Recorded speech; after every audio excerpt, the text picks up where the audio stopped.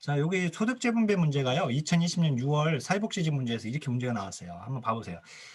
자, 소득재분배에 대한 설명을 옳지 않은 것은 수직적 소득재분배는 고소득층에서 저소득층 맞죠? 수평적 소득재분배는 동일 계층 내에서라는 문장이 나왔어요. 보면 그렇죠? 여기 문장이 동일 계층 내에서. 제가 아까 우리 수평적 수직적 재분배는 세대 내재 분배였죠. 그죠? 그랬잖아 아까. 그래서 아까 만약에 아까 우리 교재에 어디에 있었냐면은 140페이지에 나와 있어요. 140페이지 잠깐 와보세요. 이게 지금 수평적 소득 재분배가 세대 내재 분배라고 하는 사실을 알고 있는지를 물어봤어요. 세대 내 재분배. 거기 보면 세대 내 재분배 봐보세요. 거기에 수직적, 수평적 재분배 나와 있는데 수평적 재분배는 동일 세대 내에서 그죠? 그러면서 또 동일한 소득계층 내에서예요. 이번에는. 그러면서 위험 발생 집단 간의 재분배, 즉 고위험 집단과 저위험 집단 이렇게 이해되죠? 그러니까 지금 얘가 동일 계층 내에서 즉 세대 내 재분배라고 하는 것을 물어본 거죠? 그렇잖아요. 맞는 문장이거든요. 이거. 어려운 문장인데 맞는 문장이에요. 자, 뭐 이건 너무 쉬웠으니까 뭐 상관없고. 근데 이제 보세요. 세대 간 소득 재분배는 서로 다른 세대 간의 소득 이전. 맞죠? 맞아요. 사실 이게 조금 어려웠어요, 이게. 이번이. 그 다음 이제 얘예요, 얘. 얘가 이제 요건데, 시간적 소득 재분배는 자녀의 소비를 위해서 자신의 미래 소득을 포기하고, 소득을 이전하는 것이다. 거기, 우리 지금 공부 안 돼 있으니까, 거기 봐보세요. 시간적 재분배, 아까 뭐라고 했냐면, 제가 시간적 재분배 땡 두 번째 봐보세요. 뭐라고 되어 있냐면, 사회 구성원이 자신의 미래 소비를 위해서 현재 소비를 포기한 겁니다. 이건. 시간적 소득 재분배는. 알았죠? 자녀 세대의 소비를 위해서가 아니라 지금 여기서는 자, 자신의 미래 소득을 위해서 미래 소비를 위해서 현재 소비를 포기한 거예요. 알았죠? 그런데 그러면 도대체 그러면 자녀 세대의 소비를 위해서 자신의 미래 소비를 포기하는 경우는 뭐냐 그러면 이게 도대체 어떻게 해야 맞는 문장이냐? 어떤 문제를 낼 때에는 반대를 가지고 문제를 내잖아요, 항상. 그죠? 예를 들어서 적립 방식 문제가 나오면 거기다 부가 방식 내용을 집어넣어서 틀리게끔 내는 거예요. 부가 방식 문제가 나오면 거기다 적립 방식을 집어넣어서 틀리게끔 내요. 그러면 시간적 소득 재분배의 반대가 아까 뭐라고 그랬어요? 사람 간이라고 했죠? 그잖아요. 대별되는 게. 사람 간 소득 재분배인데 얘는 사람 간 소득 재분배입니다. 사람 간 소득 재분배 중에서도 세대 간 재분배가 여기에 해당됩니다. 알았죠? 얘가 바로 그거예요. 그래서 이제 문장이 좀 어렵게 나왔지만 사실 이제 이게 어렵게 나와서 얘가 답이긴 한데 옳지 않은 게 4번이 답인데 근데 이건 너무 쉬웠잖아요. 예. 그럼 지금 2번하고 4번하고 이제 공부가 안 돼 있는 사람은 이게 헷갈리는 거죠, 서로. 그죠? 근데 그나마 여기 이제 수평적 소득점에서 동일계층 내 문제가 나왔고 문제 참 이거 참 재밌게 잘 나왔어요. 그 다음에 재밌다는 표현보다도 문제가 좀 고급지게 잘 나왔어요. 그 다음에 여기 한번 봐보죠.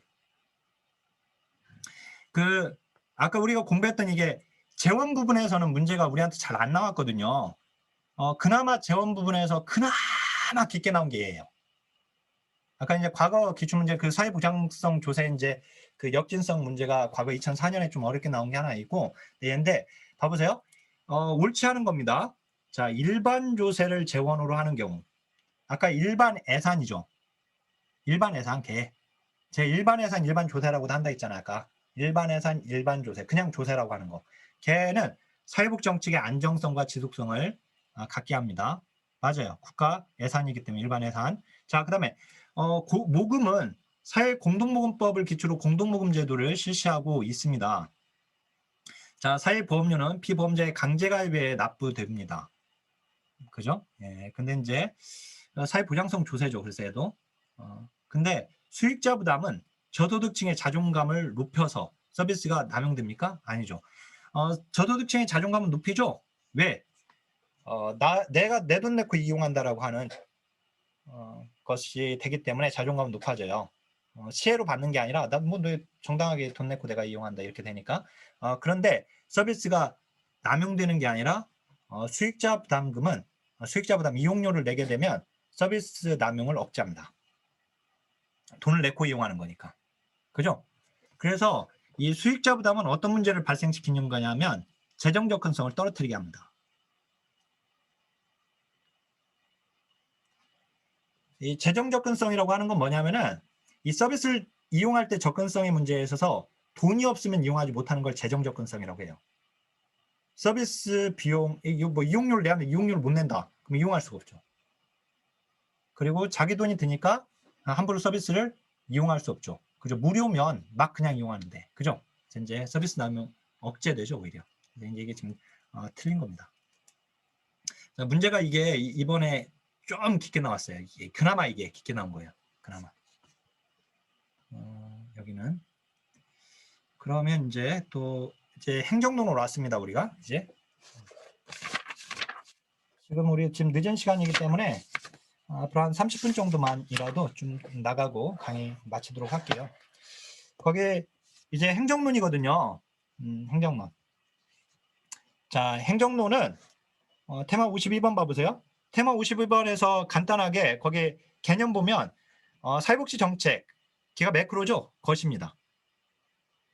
사회 서비스, 걔가 마이크로입니다. 미시입니다. 즉 거시를 미시로 전환하는 공적인 과정 뿐만 아니라 사적 과정, 정과정을 의미한다. 즉 매개하고 있는 거죠. 행정이 그 사이에 있으면서. 그 다음에 이제 조직을 표적 체계로 개입하는 방법입니다. 따라서 간접입니다. 직접 실천이 아니라. 따라서 사회복지 행정은 직접적 원조기술이다. X. 제1차적 과제는 표출되지 않은 욕구를 발견하고 치료하는 것이다. 그 직접 실천해서 하는 것이죠. 자, 그 다음에 일반 행정과 사회복지 행정을 비교하는 건데요. 그리고 그 아래 사회복지 조직의 특수성이 나와 있거든요. 그 사회복지 조직의 특수성은 일반 행정과 사회복지 행정의 차이점이기도 합니다. 따라서 우리 선생님들이 이걸 공부할 때 이거 있고 뭐 그렇게 빈출도가 높은 부분은 아니지만 만약에 이걸 공부할 때에는 거기 차이점을 딱 잡고 있으면 돼요. 왜 차이점이 바로 사회복지 조직의 특성으로 이어지기 때문에. 알았죠? 그러면 뭐 유사점은 한 번 정도 읽어보기만 하면 될 것 같고, 근데 이제 거기 차이점 보면 주된 활동은 사람입니다. 우리는 사람을 대상으로 합니다. 그죠? 인간이 주 원료다. 김장할 때 배추가 주 원료인 것처럼. 그래서 이제 사람을 원료라는 표현을 쓰면 안 되긴 하지만 어떻든 이제 주된 대상은 우리는 사람이고 그 사람은 굉장히 가변적이고요. 그래서 어디로 튈지 모르는 세 가지 해가지고 이렇게 개구리, 넉비공, 그다음에 여자의 마음이라는 얘기 하잖아요. 여자의 마음이 아니라 이제 사람의 마음이 어디로 튈지 몰라서 어쨌든 이제 그 사람은 굉장히 가변적인데 그 가변적인 인간을 대상으로 하고 있고 사람은 고유한 도덕적 정체성을 지니고 있거든요. 따라서 그 도덕적으로 정당화되어야 합니다. 사람을 대상으로 하다 보니까 가치와 관계가 있고요. 그래서 이제 기술과 활동 제한이 많은 거예요. 자, 지역사회 내 클라이언트 욕구를 충족해야 하고요. 다양한 외부 환경 영향을 받습니다. 일반 행정과 관리에 관한 지식을 초월합니다. 그 초월, 동그라미. 우리는 지역사회로부터 물질적, 비물질적 후원을 받고 따라서 그 물질적 후원을 받아서 그걸 가지고 하기 때문에 지역사회에 대한 책임감이 더 따르는 겁니다. 행정가와 관리자를 포함한 모든 구성원이 행정에 참여를 하게 되고요. 자, 그리고 사회복지사에 대한 의존도가 매우 높습니다. 우리는. 그죠? 거기까지. 그러면 그게 그대로 이어지는데 사회복지조직 특수성 봐보세요.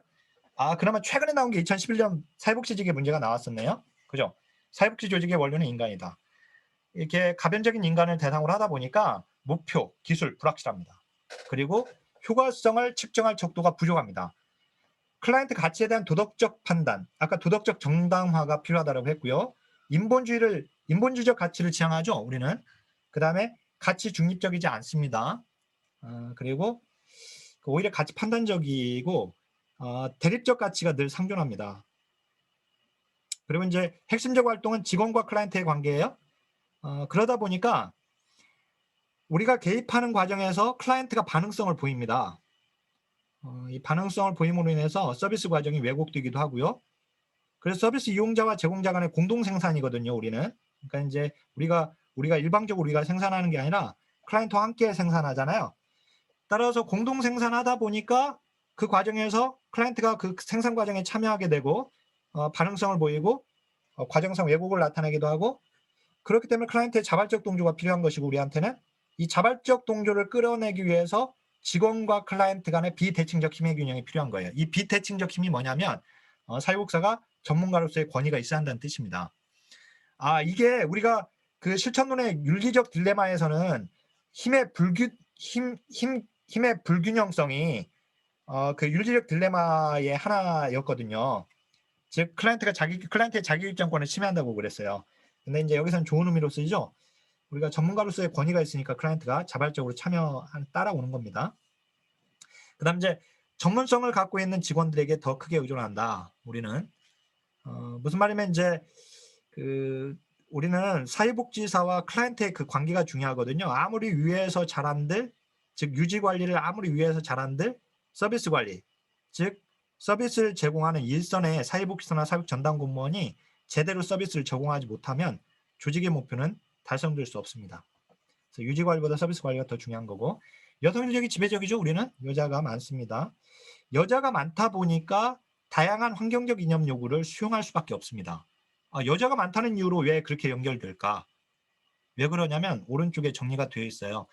우리 대상자가 누구냐면 사회적으로 가치가 낮은 사람을 대상으로 해요.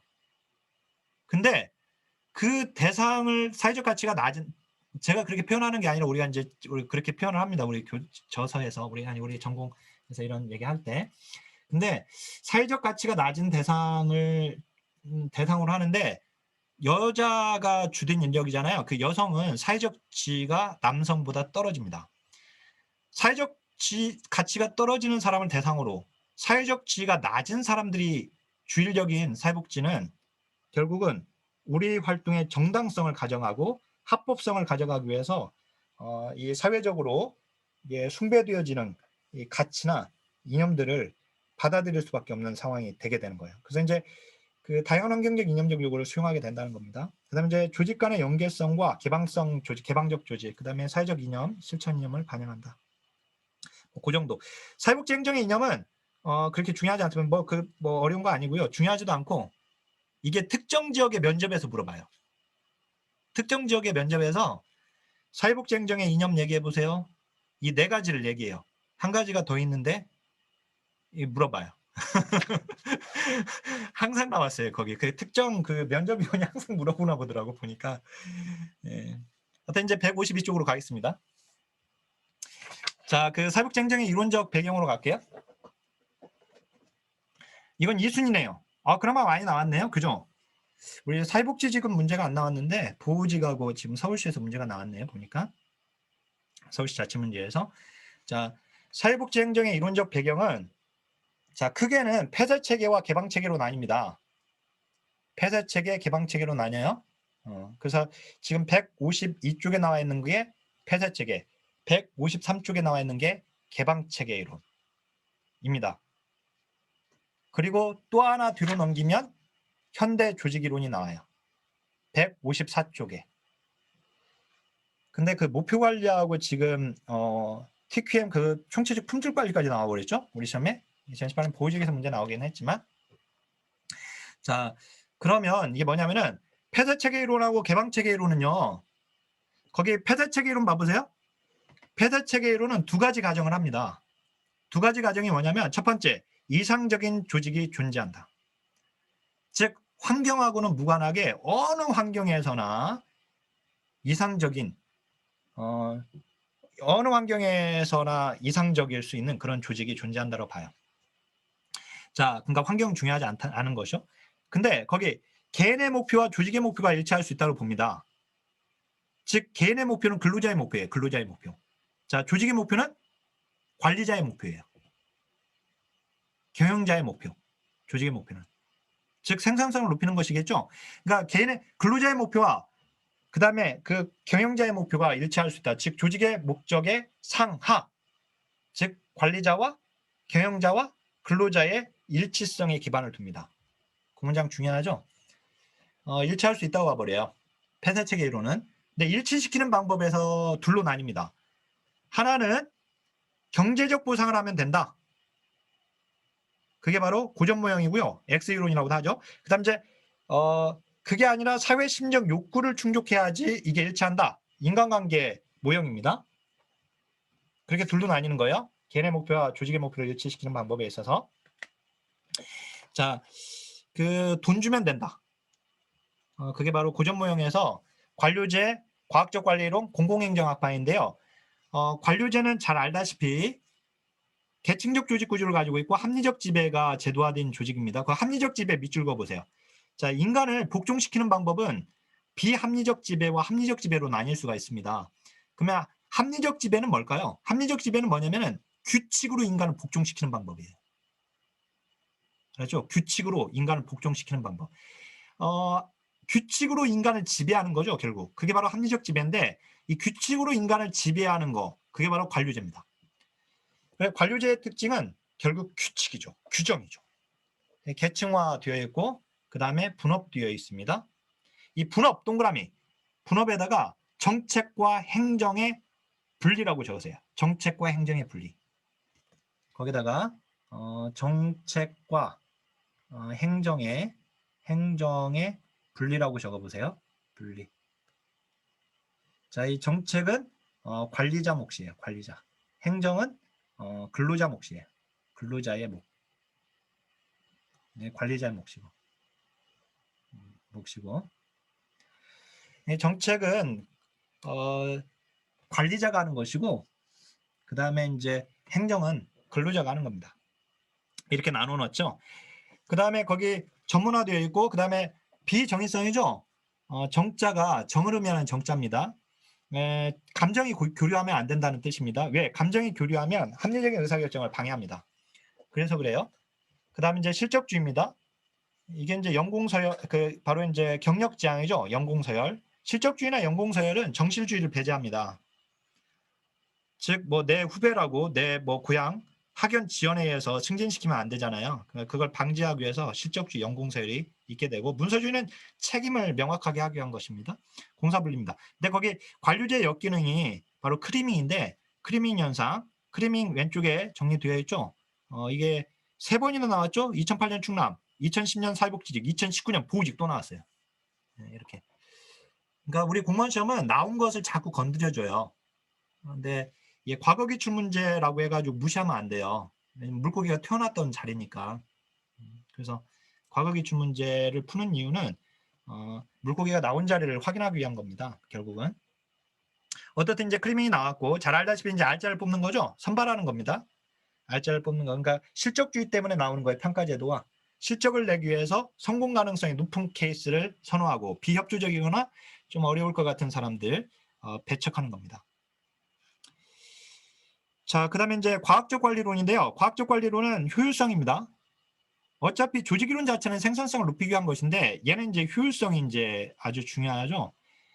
비용 최소화, 낭비 요소 제거, 노동은 집단적인 것, 밑줄. 노동을 집단적인 것으로 보는 것은 인간관계 모형이에요. 그 아래 나오는. 관료제 이론에서는 노동은 개인적인 활동으로 봅니다. 집단적인 게 아니라. 따라서 그 개인의 시간 동작을 연구하는 거예요. 개인의 동작에 따른 소요 시간을 연구합니다. 자, 다시 한번 경제적 보상으로 개인의 목표와 조직의 목표를 일치시키려고 합니다. 이게 무슨 말이냐면, 아까 제가 폐쇄체계 이론은요, 두 가지를 전제한다고 했잖아요. 이상적인 조직이 존재한다. 그죠? 이상적인 조직. 이상 조직이 존재한다. 그 다음에 이제 개인의 목표와 조직의 목표가 일치될 수 있다라고 그랬잖아요. 목표가. 그죠? 조직의 목표가. 근데 이게 이제 여기서 나뉘는 거였어요. 지금.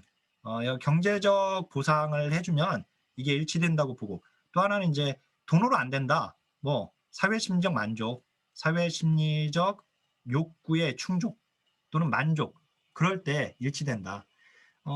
쉽게 얘기해서 우리 바부터 이게 이제 개인의 목표인데, 근로자의 몫입니다. 근로자의 목표, 여기는 이제 관리자의 목표입니다. 조직의 상이고 여기는 조직의 하죠. 조직의 상하, 조직 목표의 상하 일치성을 전제하는데, 우리 뭐 단위 시간당, 우리 지금 뭐 단위 시간당 막 30만 원씩 돈 준다고 생각해 보세요. 어떤 일을 하는데. 그럼 날 살 수 있죠? 날 살 수 있잖아요, 우리. 그죠? 하루 날 쓰면 얼마입니까? 생각해도 금방 부자 될 것 같은데. 그러면, 즉, 이 조직의 목표 상은 여기 생산성을 높이는 거예요. 그죠? 개인이 돈만 많이 주면 뭐 날 새면서 일합니다. 생산성을 목표로 하고. 그 얘기예요. 그래서 이제 돈 주면 된다고 보고 있고, 그 다음에 사회심력 욕구는 돈으로 안 된다 이거예요. 사회심력 욕구를 충족해야 한다라고 봅니다. 그래서 거기 어떻든 이제 경제적 보상을 달리하면 과업을 달성한 사람은 더 주는 거예요. 그렇지 못한 사람은 덜 주면 덜 받은 사람은 더 받기 위해서 저 사람 많이 받네. 자기도 열심히 일하게 되거든요. 이 경제적 보상을 달리하는 거죠. 거기 이제 비공식 집단 커뮤니케이션의 중요성을 강조했다. 그 비공식 집단 커뮤니케이션의 중요성 밑줄. 걔가 인간관계 모형으로 가야 돼요. 걔가. 그 중요성을 말하는 것은 자, 구성원들의 비인간화로 소외 현상이 발생합니다. 자, 거기 이제 공공행정학파는 이게 시험이 참 재밌는 게 봐보세요. 그 왼쪽 봐보세요. 그게 공공행정학파는 이거 행정관리론이라고도 하는데요.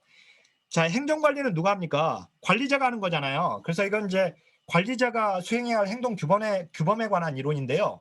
이 공공행정학파는 그 균릭이 뭐 앙리파율이나 뭐 여러 학자들 있잖아요. 근데 이 균릭거가 나오는 이 균릭이 행정 기능 7가지 기능을 제시했는데요. 그 7가지를 물어보지 않아요. 절대 시험에서. 뭘 물어보냐면 왼쪽 봐보세요. 날개. 날개 보니까 기획을 박스 처리해놓고 이거 뭐냐 물어봤어요. 답은 기획이 답이었었습니다. 자, 조직을 2005년 경북에서 그 박스 처리하고 작업의 할당이 조정되는 과정은 무엇인가? 답이 조직이었거든요. 근데 2018년 서울시에 또 물어봤어요. 그렇게. 그러니까 단순하게 7가지가 무엇이냐 이렇게 물어보지 않는단 말이에요. 그죠? 그렇게 물어보지 않고 걔를 박스에서 집어넣고 이거 뭐냐? 이렇게 물어봤어요. 근데 조정을 넣어놨잖아요. 제가. 조정이 1급 시험에서 나왔어요. 똑같이 그런 방식으로. 그러니까 조정까지 알고 있으면 좋겠어요. 제 생각에는. 그 다음에 거기 사회심적 욕구를 보면 인간관계 모형이죠. 인간관계 모형, 메이오 교수 등 그 동료들이 연구한 건데 잘 알다시피 호성공장에서 실험을 했죠. 자, 이 인간관계 모형은 물리적 환경을 개선해주면 근로자들의 생산성이 높아질까? 그걸 연구했어요. 자, 다시 한번 물리적 환경을 개선해주면 물리적인 환경을 개선해주면 근로자들의 생산성이 증가될까? 이걸 연구했는데 이 물리적 환경을 개선해 주니까 근로자의 생산성이 높아집니다. 그런데 어느 정도 높아지다가 거꾸로 떨어지는 거예요. 이게 왜 떨어졌지? 봤더니 담합한 거예요. 담합. 근로자들이 담합한 거예요. 이 담합한 걸 보면 노동은 개인적인 활동이 아니구나. 근로자들이 자기들이 모여가지고 담합한 거니까 집단적인 것이구나. 이렇게 되는 거예요. 노동은 집단적인 것이다. 알았죠? 여기서는 이렇게 되는 것이고, 그 다음에 거기 자, 왜 이렇게 담합하게 됐을까? 일을 적당히 하게 되는데 왜 그럴까? 이 사회심력 욕구입니다. 거기 첫 번째 보니까 인간의 사회심력 욕구, 즉 집단의 지지, 그 비공식 집단의 지지죠. 조직 내에. 그리고 집단의 승인, 그리고 자아실현 욕구, 그리고 구성원 간의 상호작용, 이런 거예요. 이게 조직의 생산성에 영향을 미친다. 조직 구성원에. 그래서 이제 거기 두 번째 근로자의 작업 능률과 생산성이라고 하는 것은 물리적 환경으로 이게 좋아지는 게 아니라 집단 내 동료 또는 윗사람 상사와의 인간관계에 의해 좌우된다. 그래서 이제 근데 중요한 건 지금 얘들은 다 폐쇄체계론입니다. 어떻든 이제 맥그리거의 이제 Y론에 들어가는데, 자, 그 아래 보니까 XY론 나오는데요. 맥그리거 그래프를 그리고 XY축 이렇게 생각하면 돼요. 맥그리거 사람 이름 맥그리거 그래프를 그리고, 자, X축 Y축 이렇게 생각하면 돼요. X는 인간이 일하기 좋아하나 이렇게 물어봤을 때 X이론은 아니다는 거죠. 인간은 일하기 싫어한다. Y는 yes. 그러니까 일하기 좋아한다 이겁니다. 그래서 이제 X이론은 인간은 일하기 싫어하니까 거기 통제와 지시는 필수 불가결하다라고 되어 있죠. 맨날 놀려고 하니까 인간이 일하기 싫어하고 통제와 지시가 필수 불가결합니다. 즉 보상과 처벌로 사람을 통제합니다. 거기는. 반면에 Y로는 인간은 일하기 좋아한다 이거예요. 그래서 거 보니까 자기 통제와 자기 지시가 가능하다. 그리고 뭐 보상 처벌로가 아니라 자기 만족, 자기 실현이 그게 욕구가 보상이 된다 이거예요. 여기서는. 자, 그래서 자기 통제, 자기 지시. 근데 고전 모형이 아까 X 이론이었고요. 저기 인간관계 이론이 Y 이론에 해당됩니다. 153쪽으로 와보세요. 153쪽에 보니까 이제 개방체계 이론입니다. 여기는 아까 폐쇄체계 이론이 가정하듯이 이상적인 조직 구조가 존재한다고 가정하지 않습니다. 자, 여기는 이제 환경이 중요합니다. 그래서 그 개인의 목표와 조직의 목표가 또 일치될 수 있다고 보지 않습니다. 근데 거기 이제 상황이론부터 볼까요? 상황이론. 조직이 효과적인 조직이 되기 위해서는 조직 구조는 조직의 기술, 환경, 조직의 크기와 같은 상황에 적합해야 한다. 이상적인 조직 구조가 있는 게 아니라 그래서 그림 보면 그림 봐보세요. 그림이 이제 요약한 건데 그게 그림이 자 조직의 구조는 이상적인 조직 구조가 따로 있는 게 아니라 자 조직의 상황에 적합해야 한다는 뜻이에요. 그게 조직의 상황 어떤 상황? 조직의 업무 환경, 기술 환경, 조직의 크기 요겁니다. 알았죠? 그 업무 환경과 기술 환경과 크기 그에 적합한 조직 구조여야 한다는 거예요. 알았죠? 그겁니다. 자, 그다음에 구조주의로는 2010년 보직에서 문제가 나왔어요. 우리한테. 이게 1급 시험에도 안 나온 건데. 자, 구조주의로는 조직에서 갈등은 불가피하다. 갈등은 순기능적이다. 갈등이 만약에 은폐된다면 조직에 문제가 은폐되는 거예요. 골마 써는 거죠. 한마디로. 조직 내. 근데 조직에 갈등이 나타났다는 것은 조직의 문제가 표출됐다는 거예요. 고름이 터진 거잖아요. 결국은 갈등은. 그러니까 그게 표출돼야지 그 갈등을 해결하는 노동조합이나 불만처리위원이나 이런 재반 절차 과정을 통해서 여기서 갈등을 중재하게 된단 말이죠. 그러니까 조직의 갈등은 결국 숨기는 거예요. 구조주의 이론에서는. 그게 핵심입니다. 자, 그다음에 체계이론인데요. 이걸 체제이론이라고도 하고 체계이론입니다. 우리 인행사에서 공부할 때 체계이론 어떻게 공부했죠? 체계는 부분들로 이루어진 전체다. 근데 그 부분들이 상호작용하고 상호우전적이다. 그래서 부분이 있기 때문에 체계는 하위 체계가 존재합니다. 조직도 마찬가지다. 이거 똑같이 그 체계론을 여기다 접목시킨 거예요. 그래서 조직체는 개방 체계로서 상호 의존적인 하위 체계로 구성되어 있다. 이해되죠? 체계론을 그대로 접목시킨 건데요. 마찬가지로 조직도 5가지 하위 체계가 있는데요. 생산 하위 체계, 유지 하위 체계, 경계 하위 체계, 적응 하위 체계, 관리 하위 체계. 뭐 이게 이제 2008년 광주에서 한번 나온 적이 있습니다. 우리한테 1급은 잘 나오고요. 근데 생산하위 체계는 우리 사회복지 조직에서는 생산하위 체계가 뭡니까? 클라이언트에게 서비스를 제공하는 게 생산입니다. 유지하위 체계는 조직을 유지시키는 거니까 조직을 안정된 상태로 유지하는 겁니다. 그렇게 하려면 어떻게 해야 돼요? 활동을 공식화해야 돼요. 활동을 공식화라고 하는 것은 업무의 표준화예요. 업무의 표준화. 알았죠? 공식화라는 단어는 업무를 표준화시키는 거예요. 과업을 표준화, 업무 분장시켜주고 하는 거. 알았죠? 그 아부전에 취직한 저한테 수업 받았던 학생이 있는데 아동보호 전문기관이 이직률이 굉장히 높거든요. 일이 굉장히 빡세요.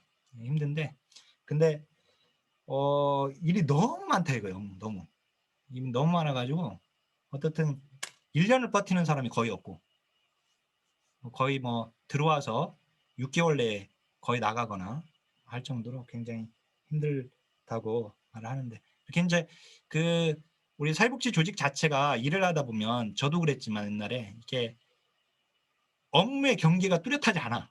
이게 이제 물론 지금은 이제 그렇지는 않겠지만 옛날에 제가 근무했던 기관이 뭐 기관에 따라 또 다르죠. 근데 업무에 이게 그 분장도 뚜렷하지 않아서 일이 너무 많은 거예요 서로. 그러니까 이게 조직에서 일하는 게 힘들어지죠. 그렇게 되면. 그래서 거기에 활동의 공식화라고 하는 것이 바로 이제 업무 분장도 포함이 돼요. 거기에. 업무 분장이 돼줘야 이게 조직원이 거기에 안정되게 일을 하죠. 거기 이제 보상체계 확립, 그죠? 보상체계가 확립되어야 하고, 그 다음에 직원도 교육시키고 선발하고 훈련하는 거예요. 다 조직의 유지와 관련되어 있습니다. 자, 경계화의 체계는 말 그대로 조직의 경계니까요. 이건 생산지지 체계와 제도적 지지 체계를 또 나뉘어요. 생산지지 체계는 조직이 뭔가를 생산할 때 내부적으로만 생산하지 않고 외부에 있는 조직과 이렇게 교류하면서 하기 때문에 그걸 이제 도와주는 경계화의 체계가 바로 생산지지 체계고, 제도적 지지 체계는 이제 외부 환경에 제도적 정당성을 갖게끔 만들어주는 것들입니다. 그래서 지역사회에 홍보하거나 이사회 이런 것들이 이제 제도적 지지 체계에 해당이 돼요. 어쨌든 이제 이런 경계화의 체계, 그다음에 적응화의 체계는 그 조직이 지역사회에 적응하게끔 만들어주는 건데요. 그러기 위해서 어떻게 해요? 우리는 조사 연구하죠. 지역사회 욕구를 조사하고 그에 맞는 계획을 수립합니다. 환경 변화에 적응하는 것이죠. 그래서 이 적응화의 체계는 조직의 지적인 부분에 해당이 됩니다. 이 모든 것들을 관리하는 게 관리의 체계입니다. 자, 근데 우리는 문제가 이렇게 깊게 나오지는 않았어요, 사실은. 그 다음 이제 봐보세요. 조직의 환경 이론인데, 2019년, 2018년 보직에서 이게 나와버렸어요. 조금 깊게 나온 겁니다. 우리한테 안 나왔던 걸 물어봐 버린 거예요, 사실은. 그간에. 삐껴나온 문제, 이게. 이게 요즘 행정론에서 약간 삐껴나오는 경향이 조금 있습니다. 근데요, 봐보세요, 이제. 정치경제 이론은 이론은 되게 간단해요. 자, 보면 되게 간단해요. 자, 봐보세요. 정치경제 이론은 조직의 생존과 발전을 위해서 꼭 필수불가결한 두 가지 자원이 필요한데, 그게 하나가 정치적 자원이고 또 하나가 경제적 자원이다. 이겁니다. 이게 끝이에요. 그러면 도대체 정치적 자원은 뭐다? 합법성과 권력과 같은 것이고, 자, 그 다음에 경제적 자원은 재원이나 물적 자원이나 클라이언트나 인력 등이 이게 이 두 가지 자원이 꼭 필요하다. 그러니까 정치 경제 이론이죠. 그래서 근데 이걸 어디로부터 얻느냐? 과업 환경으로부터 얻어요. 조직의 환경은 그게 과업 환경과 일반 환경으로는 아니거든요. 자, 다시 한번 그 옆에다가 이렇게 한번 적어보세요. 조직의 환경, 이거 뒤에서 나와요. 이것도 시험에 나오는 겁니다. 자, 일반 환경과 과업 환경으로 나뉘어요. 자, 이 과업 환경을 업무 환경이라고 해요. 자, 근데 지금 누구로부터 얻는다? 과업 환경으로부터 얻는다. 알았죠? 정치적 자원과 경제적 자원을. 제가 이거는 이제 행정론 마지막에서 한번 설명하겠고, 그 다음에 이제 어떻든 과업 환경의 중요성을 부각시키고 있고요. 그러면 조직은 지금 조직의 생존과 발전을 위해서 꼭 필요한 두 가지 자원은 지금 어디로부터 얻는 거예요? 과업 환경으로부터 얻는 거잖아요. 그러니까 과업 환경이 의존적이게 돼버리는 거죠. 그래서 이걸 일명 자원 의존 이론이라고도 합니다. 그래서 그 밑에 자원 의존 이론이 나왔는데, 만약에 우리 시험은 그냥 정치 경제 이론으로 나왔으니까 상관없는데, 근데 자원 의존 이론으로 그냥 나오는 경우가 있어요. 정치 경제 이론이 아니라 그냥 자원 의존 이론으로 나오는 경우는 어떤 경우냐면, 조직이 내부적으로 자원을 창출할 수 없다. 라는 것이 이제 핵심입니다. 그때는 사실 이제 정치 경제 이론과 이제 사실 정치 경제 이론이 자원 의존 이론인데, 그다음 이제 조직군 생태 이론하고 제도 이론이 또 연결되는데요. 뭐냐면은 조직군 생태 이론은 어렵지 않아요, 전혀. 자, 봐보세요. 조직군 생태 이론은 자, 조직과 환경과의 관계에서 조직의 생존을 결정하는 것은 환경이다. 환경 결정론적 입장인데, 자, 변화하는 환경에 적응하는 조직은 살아남고 그렇지 않은 조직은 도태된다. 이거 뭐예요? 적자 생존이죠? 그죠? 진화론이. 진화론적 관점을 가지고 있는데, 자, 근데 여기서 조직군 생태이론은 변화하는 환경에 적응하는 조직 살아남고 그렇지 않은 조직은 도태된다고 되어 있는데, 근데 이때 이 환경이라고 하는 게 어떤 환경? 어떤 환경인데 이게 구체적이지 못해요. 막연해요. 그래서 이걸 구체화시킨 게 바로 밑에 있는 제도이론이에요. 제도이론, 신제도이론. 우리 시험은 신제도이론으로 나왔는데 신제도이론이나 제도이론은 똑같은 겁니다. 근데 제도이론은 뭐냐? 그 변화하는 환경이 제도적 환경이에요. 제도적 환경.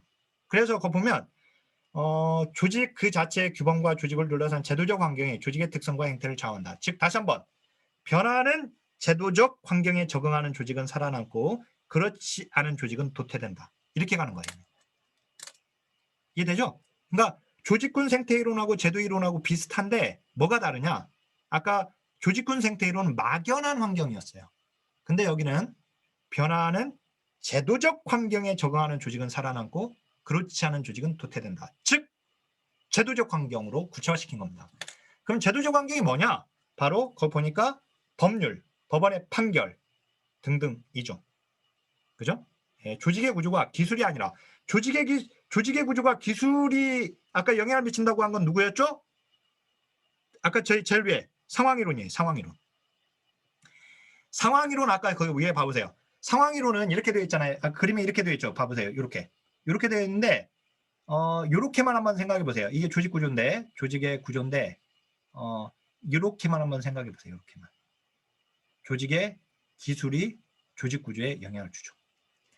조직의 기술이 조직 구조에 영향을 미친다고 보는 것은 상황이론인데 상황이론처럼 조직 구조가 기술에 영향을 받는 게 아니라 결정되는 게 아니라 제도적 환경 규칙에 의해 영향을 받는다. 제도적 환경이. 넘겨보세요. 이제 자 이걸 가지고 이제 기출 문제를 접근하셔야 돼요, 선생님들이. 기출 문제 보시면서 여기에 있는 문장으로 해결이 되는지 잘 보셔야 돼요. 이제 해설도 추가로 보시면서 이제 기출 문제를 보면 좀 명확해져요. 공부가 더. 아까 문제 풀어봤잖아요. 우리가 소득 재분배를 공부했어도 이게 막 그냥 이걸로만 공부하면 잘 안 들어오던 것들이 문제 풀면서 이게 왜 틀렸지? 이게 맞게 하려면 어떻게 하지? 해설도 읽어보면서 보다 보면 이 내용이 이거구나 이렇게 딱 들어와요. 그래서 기출 문제를 빨리 봐야 돼요. 특히 사회복지학 개론은 특히 봐야 돼요. 빨리. 최대한 빨리 보는 사람이 유리합니다. 개론은. 자, 154쪽 봐보세요. 현대조직 이론인데 MBO가 두 번 나왔어요. 한 번은 2015년 사회복지직에서 프로그램 평가검토기법에서 문제가 MBO 문장에 들어가서 틀리게끔 나왔고, 자, 그다음에 또 한 번은 2019년 서울시에서 문제가 나왔습니다. 자, MBO 목표 관리는 균합적 과정으로서의 목적 설정이라고 되어 있죠.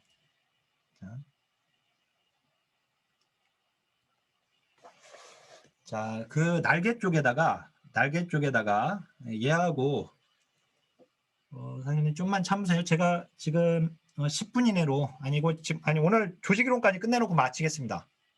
여기까지만 하고 너무 힘들어지니까 여기까지만 할 거니까요. 좀만 참으세요. 자, 요거까지 끝내겠습니다. 자, 뭐냐면은 목표 관리론을 이해하기 위해서는 이걸 이해를 해야 돼요. 목표 설정 이론을. 자, 목표 관리 이론과 목표 설정 이론은 사실 같은 건데 이제 서로 다릅니다. 어떻게 다르냐면 목표 설정 이론은 자, 이게 그 근로자들한테 이 동기부여를 시킬 때 목표를 설정해 줘야지 동기부여가 된다는 뜻입니다. 목표를 설정해야지 동기부여를 유발시킨다. 그러니까 동기를 유발시키는 거죠. 동기부여된다는 거죠. 동기 유발이에요. 동기. 무슨 말이냐면 지금 이건 조직행동이론에서 말을 하는 건데, 그러니까 관리자가 근로자들 일 시킬 때 동기부여하는 방법입니다. 근데 이건 우리가 알다시피 이제 우리 그잖아요. 애들한테 또는 우리들도 그간 그렇게 많은 얘기를 들었잖아요. 부모님한테 야, 너 목표 좀 가져라. 목표 좀. 목표를 설정해라. 그래야 동기가 생기는 거 아니냐. 꿈이 뭐냐? 자꾸 이런 거 물어보잖아요. 이 목표 설정. 목표를 설정해라. 그래 동기유발이 된다 이거예요. 근데 이게 이제 근로자들한테 동기유발을 시킬 때 목표 설정이론은 어떻게 하냐면 관리자가 근로자들에게 목표를 설정시켜 주는 겁니다. 목표 설정 이론은 어떻게 해야지 목표를 설정할 때 어떻게 하냐면은 구체적으로 설정해 줘야 돼. 구체적으로 설정. 그 다음에 약간의 난이도가 있어야 돼. 너무 쉽게 목표를 설정해 주면 안 돼요.